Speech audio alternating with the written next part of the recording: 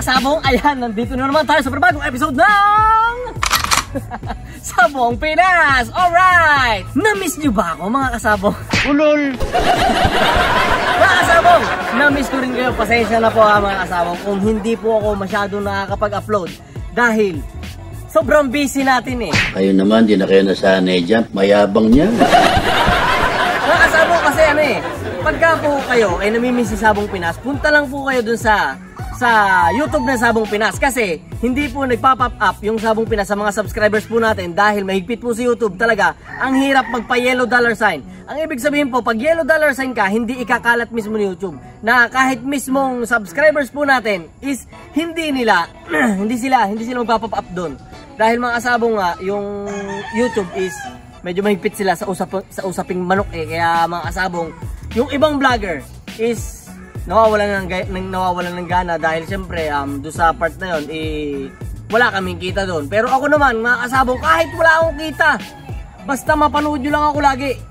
Siyempre joke lang. Wapang ka rin. Mga kasabong, okay lang po yun.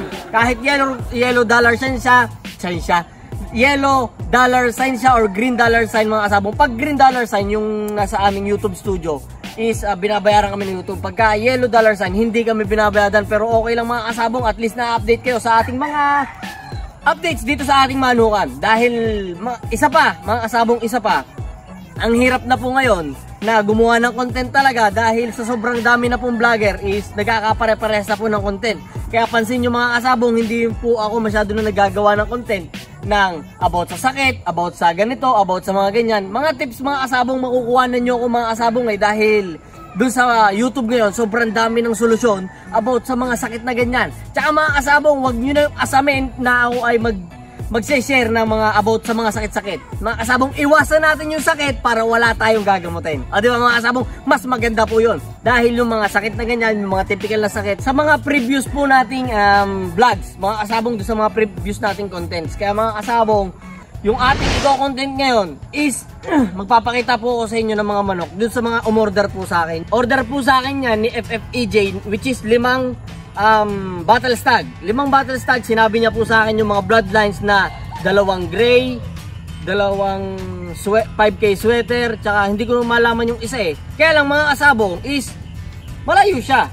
Di ba malayo siya? So ang gagawin na lang po natin, ipapakita natin yung ako na lang po yung mag-aano sa kanya, magsasabi sa kanya na tol, ito para kumbaga sariling pili ko mga kasabong. Dahil mga kasabong, ngayong taon naman po is hindi ako lalaban eh. Kaya ito mga to is para talaga sa lahat ng mga buyer. Hindi po ako lalaban this year dahil yung derby po is medyo mahirap po yung sitwasyon natin ngayon. Kung lalaban po tayo, lalaban, hindi. Alam nakakalito mga kasabong dahil hindi pa stable yung balik ng sabong eh. Diba? Pero may mga kasabong tayo na mga naglalaban sa mga, alam mo na, mga hidden fights, diba mga kasabong? Or kung may sarili kayong labanan yan, pwede po kayong kumuha dito sa AGP Chong Game Farm. Lahat po yan, isasuggest ko sa inyo kung ano yung talagang mga pangdiin dito. Which is, ito naman mga ito, yung mga pandiin. Kaso, early maturing eh. So ako yung nakakaalam kung alin yung mga mas mabibilis ng pumatay, lumaban, at makipagdikdikan. Kaya yung kay FFEJ, tol FFEJ. Ayan, papakita ko mamaya yung isasuggest ko sa'yo para yun na lang yung kunin mo na ako talaga yung mag-i-insist. At saka yung dalawang tryo na order ni Tol Junboy Bulanos. Ang plano po niya is nasa ibang bansa po siya. Gusto niya pag uwi niya dito is may bibreed siya by last week of November. So sabi niya ipag-video ko siya, ipagpakitaan ko siya kung paano yung yung suggestion ko. So ayun mga kasabong. Kaya lang Tol Junboy, yung mga pullets po natin nasa kabila, nasa ringing, hindi natin makikita sa kanya. Pero ako din bahala doon mga kasabong. Utol, akong bahala doon. So paano? Unahin natin yung 5 battle stag ng ating si FFEJ. Tara, tingnan natin. Sama kayo. So, ito mga kasabong, papakita ko yung papakita ko yung stag ko ng 5K sweater. Pag personal to mga kasabong. Kaya sabi ko mga kasabong, pagka may bibili po dito sa farm, mamimili sila, meron akong personal na leg band. Kaya malikot to eh, hindi pa siya masyado sanay hawakan eh, pero quality to, maganda to. Ayan. Ayan. Ito mga kasabong, meron na akong legban, no? Nakalegban na siya ng EGP Chong Game Farm. So yun mga kasabong, puputulin ko po muna yung pinag-uusapan nyo. Minsan lang ako ulit magsha-shoutout, kaya pagbigyan nyo na. Ayan, kay Carl De Guzman, tattoo artist. Ayan, magaling po na tattoo artist yan, si Carl De Guzman. Kung sa mga gusto po magpatato, ayan, kontakin nyo lang po. El Gama Penumbra po yan, kagrupo ko po yan, mahal ko po yan. So yun, kay John Andrew Plantilla, Bobby Husay, Joel Bando Dumayuga, Joey Ilo, and special greeting sa boss ko na nasa Kuwait na si Juliano Val Malabanan. At syempre mga kasabong, kay John Ice Quinto, ayan, best friend ko po, kaibigan ko po yan. Ewing Luna, Jake Aala, ayan, buddy Jake, good luck sa breeding ha, galingan mo buddy. At syempre kay Sid Ponce ng Mataas na Kahoy. At syempre kay Hilby Angeles, ayan, kay buddy Hilby na isa sa nag-sponsor sa ating Rueda. Ayan ang mga kasabong nga. Back to you guys. Love you all. Ito, wala to sa listahan mo, paring FFEJ. Wala sa listahan mo, pero i-ano ko sa ito. Sasuggest ko sa itong aking Black Alabama. Itong Black Alabama ko mga kasabong. Ito, bade, FFEJ. Black Alabama to. Ng WPC, ang banded nito. WPC. Kaya mga kasabong, kung ilalaban mo to FFPJ nitong September, pwede to. Isa to sa sa pinakagusto ko yung gameness niya. Speed, angat, basta ang tatay kasi nito nakalima yung panalo. Ay hindi pala, yung lolo pala niya ang nakalima yung panalo, kaya binibreed ko to. Tapos yung gameness nung lolo niya nakuha niya, tsaka nung tatay niya. Yung tatay niya hindi ko pa nilalaban dahil paborito ko ngayon. So yun, wala sa listahan mo yung kasi sabi mo kasi 5K sweater dalawa, tapos dalawang gray taka Boston. So ito yung ko kasi first, yung mga sweater po natin ng mga ilan is katatali lang. So late siya, baka kumbaga apika sa September na labanan. Ito, ahid ka naman dito dahil ito ay first week ng January yung niya. Ito, Black Alabama. Maganda itsura, pero tsaka hindi ko lang makapapakita mga kasabong ha, kaya mga kasabong hindi ako nagpapakita ng sparring dito sa YouTube. Yun na sobrang bawal, may strike tayo. Kumbaga sa classroom pauuwiin ka ng pauuwiin ka ng teacher mo. Yun yung pinakaayaw ng YouTube, makakita sila ng pinaglalaban ng manok. So pakipakita lang. Kaya nag-upload na lang ako sa fanpage natin, sa Facebook natin ng sparring nito. Pero i-sparring ko to once na yung klima ay hindi masyadong pangit, dahil dun mo makikita yung gameness nila pagka ang panahon hindi init ulan. Kaya mga kasabong ito ang isa sa recommended ko sa'yo. Pero ikaw pa rin bahala. Pero itong isa sa nire-recommend ko sa'yo. Ito, bagay FFEJ, ito para sa dito, labanan din. Isa to sa malakas din, gawa ng ito ay Kelso, machine gun Kelso na inihalo ko sa Boston Raptor. Inispar ko din, talagang mabigat din ang diinan. Tapos yung katawan niya, alsadong, kaya pagka inihanda to mga kasabong, body FFEJ, maayos. Ito, 5K sweater to. 5K sweater. Boston Raptor na inihalo ko sa Kelso. Kaya ang itsura niya, yun ang itsura niya itsurang Kelso, kulay na Boston Raptor. Yan, isa pa yan. Bali, dalawa na yan. Hahanap pa tayo ng tatlo pa. Ito yung isa sa napili kong para sa'yo, bagay. Pero ito is pupungusan ko pa next week para pagkapungos dito makabalik agad yung dugo na nawala sa kanya. Pero ito tabas lang, tatabasin ko lang to dito para hindi naman masyadong madugo. Kasi baka mamaya pagdating sa iyo, sparring ng mga tagahanda mo or ikaw, sparring mo, tapos magustuhan yung ilaban nyo agad. Pero ito, isa to sa ko sa'yo, i-recommend ko sa'yo. Itong El Gama Gray natin na yellow pit. Yun talaga yung panlabang ko, mga yellow pit. Mga sabong, ayan. Itong isa, pangatlo na to ha, pangatlo. Pipili pa tayo, bade. May isa pang mo. Ayun, nakita ko dito, bade. Gray. Ito, bade. Yung isang AA white. Yan. Itong isang AA white. Dadalwa to. Kaya lang, ilalaban sana ni Erpat na siya mismo maglalaban dahil excited na rin kami mapalaban itong mga AA whites ni Alvarez. Pero i-out ko siya yung isa. Maayos to, bade. Maayos to. Kaya wala pa yun, mga nakakatatali pa kasi yung iba nakatali pa lang. Eh, ito yung mga mas naunang mga nalaban. Kaya ano, ito, papakita ko sa yung sparring pagka naayos yung ating ano, pinada. Ayan, bade. Pang-apat to, pang-apat sa i-recommend ko sa'yo. AA White. Si Alvarez White to. White di sa nilago ng mga pinagmulan. Kaya maayos din mga bade. Kaya ito, isa to sa ano. AA White, maganda nga oh, dalawa yung bandera niya magkaibang kulay. Oh. Isang itim at isang puti ang bandera niya. Yan. Yun, AA White. Wapings to bade, pagka ito ay nagpanalo, gawa ng lumalakad naman ng panalo yung lahi nito, pwede mong gamitin as ano, broodstag, broodcock, ayan. Kaya mga kasabong ito, yan na. Pang-apat. Para assorted yung gamit mo. Kung alin ang pang-matindihan, ito yung gamitin mong broodstag. So yun, ito pang-apat. Eto na, ang last not but the least. Mga kasabong ito. El Gamma Gray. Bali, dalawang gray mo. Isang alimbuyugin. Isang raptor. Isang puti. At dalawa yung gray. So yun, bali lima ng piraso. Ito ang mga na-recommend ko din sa'yo, bade. Na El Gamma Gray. Yan, maganda to. Angat na angat balikat. Maganda hipo. Pwede mo rin ganadorin to. Pagka talagang nanalo at hindi siya wasak. Ano to, bade? Ayos to.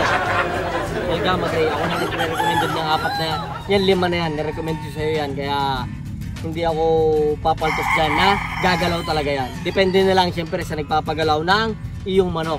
So yun, bade ha, yun yung 5 recommend ko sa'yo dito sa mga naka-cord dito dahil bago pa lang yung mga bago pa lang yung napatali yung iba. Kaya ito yung huli mo, El Gamma Gray ha. Ayan. So yun, dadako tayo dun sa pang broodstag ng ating utol, Junboy. Na, dun na tayo sa pang broodstag na. So ganito yon. Tara. So, Junboy, tol, ito yung iyong El Gamma Gray. Ito, pang personal ko din sana to. 50-50 ang blood, pero yung igagamitin natin na pulit dito is yung ating hatch. Kaya lang, pag lalabas dito is talagang lahat. Kasi, ang pang broodstag ko talaga, yung mga hatch. Pero ang pinaka gusto kong gamitin as laban kasi mga mga yellow pit yung pinalalabas ko talaga dahil yung gameness niya is all around. Angat, pag napaupo, kikis-kis, kaya ganun yung gusto kong gameness na kung halimbawa alangan yung pwesto niya sa laban, talagang kinikis-kis niya yung yung paa niya. Kaya pero yung mga hatch naman talagang sa angatan tapos madiskarte siya. Ito naman, madiskarte. Basta mas gusto ko yung mga dilawang paa pagka nilalabang ko. Kaya para sure tayo na yun talaga yung lalabas sa mga anak, gamitin natin yung ganitong yellow pit. Tapos ang gamitin natin pulit is yung mga hatch. Kaya nandun yung mga pulit na hatch sa kabila. Yun yung Isa to sa pang personal ko na gagamitin sana. Pero meron akong isa pang napili dun kasi. Pero itong isa pang candidate din to. Maganda itsura niya eh. Ito yung kinomentan mo sa post ko sa Facebook. Ayan. Yung ating El Gamma Gray. Ayan o. Lopings to, bade. Ayan. Punta tayo dun sa hatch ha. Pili ka na lang. Ito bade yung hatch. Ayan. Ito yung hatch na El Gamma Gray. Ayan. Yan yung hatch na El Gamma Gray na broodstag. Kaso bade, nag-aalala ko, gawa nang gagamitin mo ng November, early bird to. Baka kasi lumugon. Kaya kung ang gagamitin mo siya ng November or December pa, hindi pwede to. Pero ikaw bahala kung gusto mong matapos ang lugon tsaka mo gamitin, pwede naman. Pero meron pang mga ganun dito eh. Pati yung kabilang yon, pati yung isang yon, ganun din. Kung gagamitin mo siya ng December, baka mag-molting na siya sa time na yon. Kaya alanganin. Ito, din to. Alanganin din, pero maayos to bade. Itong El Gamma Gray na to. Pero kung ganitong bloodline, tsaka ganun, meron pa tayo doon na mas bata. Pero kung ikaw bahala. Pero kung gagamitin mo na agad siya ng November, baka naman naabot. Pero kung December pa, baka siya molting na siya, naglalagas-lagas na yung balahibo niya. Pero itong bahala kung gusto mo to or yung isa or tingin tayo doon. Ito yung isa kong recommended sa'yo. El Gamma Gray na siya, hatch. So punta tayo doon sa kabila. Punta tayo, tingnan natin kung yung isa kong re-recommend sa'yo na yun yung saktong abot na abot. Ito kasi magugulang eh. Yun, dito. Ito base. Ito. Abot na abot to pagka December. Ito yung hatch naman, hatch to. Pagka December mo gagamitin or January, ito mga kasabong o Junboy. O nga, tol. Ito, pang ano to. Pwede to sa December kahit pa sa January mo gamitin. Kasi ano to, February born. February born to, WPC World Pit Master Banded. Ito yung same niya. Parang same bloodline sila nung isa nung hatch din. Ayan, kung gagamitin mo to, pwede to sa December. Saka yung isa doon, papakita ko, papapiling ko na lang ikaw kung alin ang ano mo. Pero syempre, sasabihin mo dito sa akin, ikaw na lang bahala. Hindi ako din pipili. Pero pilihan mo lang kung anong gagamitin mo, kung December siya or November, para ako yung mag-adjust kung alin yung pipiliin ko para sa'yo. Diba? O ito, El Gamma Gray to, kahit November, December, January, ayan, pwede mo gamitin. Kasi yung kabilang yun, sabi ko nga sa'yo, lulugon. Pero ikaw pa rin pipili kung alin ang decision mo. Dito tayo. Ito pa, bade, yung isa, hatch din to. Parehas lang sila kung alin kung saan ka mas nagagandahan, kung na mas nagagwapuhan. Dun sa isang pinakita ko sa'yo kanina, bago ito bade, parehas lang sila. Pipili ka na lang kung alin ang mas trip mo. Dahil ito, pang broodstag talaga to. Nang November, December, January, pwede to. Dun kasing sana, una nga, sabi ko nga sa'yo kanina, November lang siya magagamit. Yung December, last week, baka molting na siya. It's up to you kung alin ang mas trip mo. Pero ito, pang ano to, mga, yun nga, pang national, local national, pwede to gamitin. So yun, yan, recommended ko yung mga yan. Pumili ka na lang kung alin ang batch na trip mo. At syempre, sasabihin mo sa akin, ako na bahala pumili. So yun, ito. El Gamma Gray. Yan. So yun, mga buddy, FFPJ, tsaka Tol Junboy. Yan po yung ating recommended ko sa'yo. Bahala na po kayo mag-message sa akin kung aprobado or hindi. Kung hindi naman, okay lang din. Kung aprobado naman, much better. Siyempre, mga buddy, hindi ko naman kayo bibigyan ng hindi maayos. Para sa akin, siyempre, ang standard ko na po yan. Standard ko ng pagpili yan. Kung ibibigay nyo sa akin yung pagpili ng para sa inyo, huwag kayong mag-alala. Hindi ko kayo bibigyan ng hindi maayos. Para sa akin, baka mamaya kasi, sabihin nyo sa akin, kasabang ba't di maayos to? Hindi ko po alam kasi standard mo yan. Pero para po sa akin, ayan po, yung pinili kong 5 battle stag, tsaka yung pinakita ko sa inyo na mga brood stag, ayan po, para po sa akin is, siya po ay candidate para sa akin ha. Pero mga kasabong, yun lang po yung masasabi ko at may iwan ko sa inyo mga kasabong. Yung inyong budget na ipambibili, alam ko naman na pinaghirapan nyo yan dyan kung saan man kayo nagtatrabaho. Kaya hindi po natin pwedeng sayangin yan. At ako, lalong-lalo na ako naman ay talagang may malasakit sa lahat ng aking mga buyers, sa lahat ng mga nagtitiwala. Siyempre, yung pagtitiwala sa atin ang hindi natin dapat sirain. Dahil pag nasira po yan, mahirap na ibalik yan. Dahil ang tiwala ay hindi po naiuutos. Diba mga kasabong, hindi po naiuutos yan. Hindi mo po pwedeng hilingin yan. Dapat kusayang ibinibigay. Kaya yan po yung pagtitiwala nyo sa akin, hindi ko po yan sasayangin. Maraming salamat mga kasabong at sa mga susunod pang bibili, sa masusunod. Huwag intindihin ito, pilipitan dila nito. Sa mga susunod pang mag-acquire mga kasabong, I assure you na maayos po yan. Depende na lang po sa pag-aalaga nyo mga kasabong. Siyempre yung usapang pag-aalaga, meron na naman po tayo mga guidelines sa ating mga previous content. Kaya makakatulong po yan mga kasabong ha. Maraming salamat sa mga subscribers natin na full support po at lagi nag-aabang dito sa Sabong Pinas. Maraming salamat po sa inyo. Mahal ko po kayo. So yun mga kasabong ha, kita-kits! Ay, ulit! Paya ka, no? So yun mga kasabong ha, maraming salamat po sa inyo lahat. At kita-kits sa next episode ng... Teka lang, isa pa. Mga kasabong, kita-kits sa next episode ng... Yung pala, naganto. Sabong Pinas!